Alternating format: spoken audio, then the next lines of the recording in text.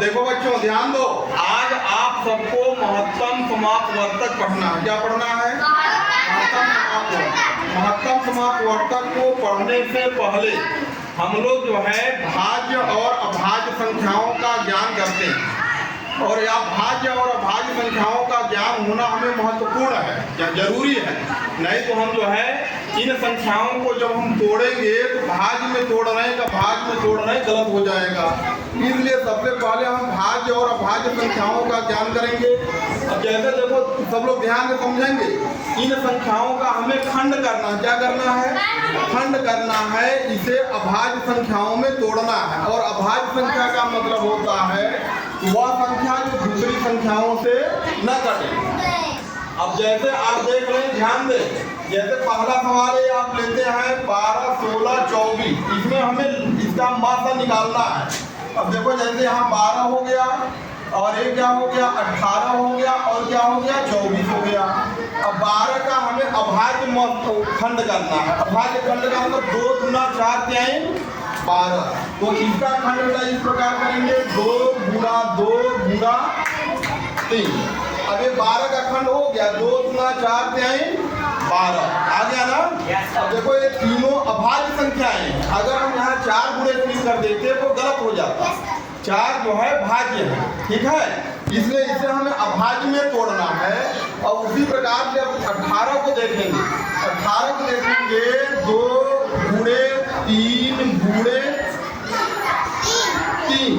अब देखो ये भी अभाज्य है, 2 3 6 6 3 18। तो इस प्रकार से इनको भी अभाज्य संख्याओं में हमने तोड़ लिया। अब फिर 24 का उसी प्रकार से खंड करेंगे, 24 का खंड करेंगे। अब देखो क्या होगा, 2 गुणे 2 गुणे 2 गुणे 3, 2 गुना 4 गुना 8 3 24। कितना हो गया? 24। और ये भी आपका जो विभाजन हुआ है, ये सब अभाज्य संख्याएं हैं।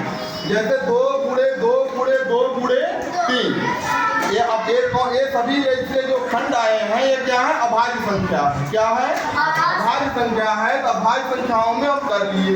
इसको अब हम ये देखना है कि सब में कामन क्या, तीनों के जो खंड हैं उनमें कामन क्या आ रहा है। तो कामन सबसे पहले आप देखेंगे, ये 2 कामन बन रहा है। ये क्या बन रहा है? कामन। सब में कामन 2 है ना। और एक कामन क्या आपका बन रहा है? 3 बन रहा है। क्या बन रहा है? 3 कामन बन रहा है।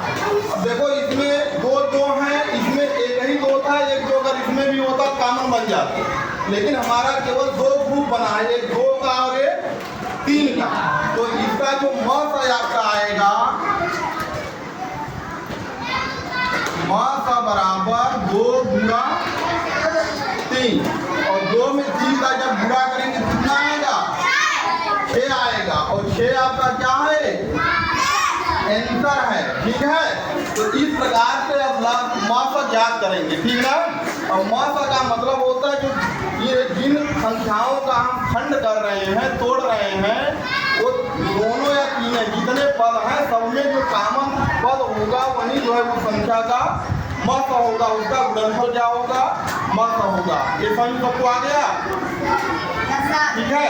सभी सब बच्चों को देखो, ये जो दूसरा वाला प्रश्न है, ये जो दूसरा प्रश्न है, ध्यान से देखेंगे। ये जो दूसरा प्रश्न है 16 और क्या है 24 दिखाई दे रहा है।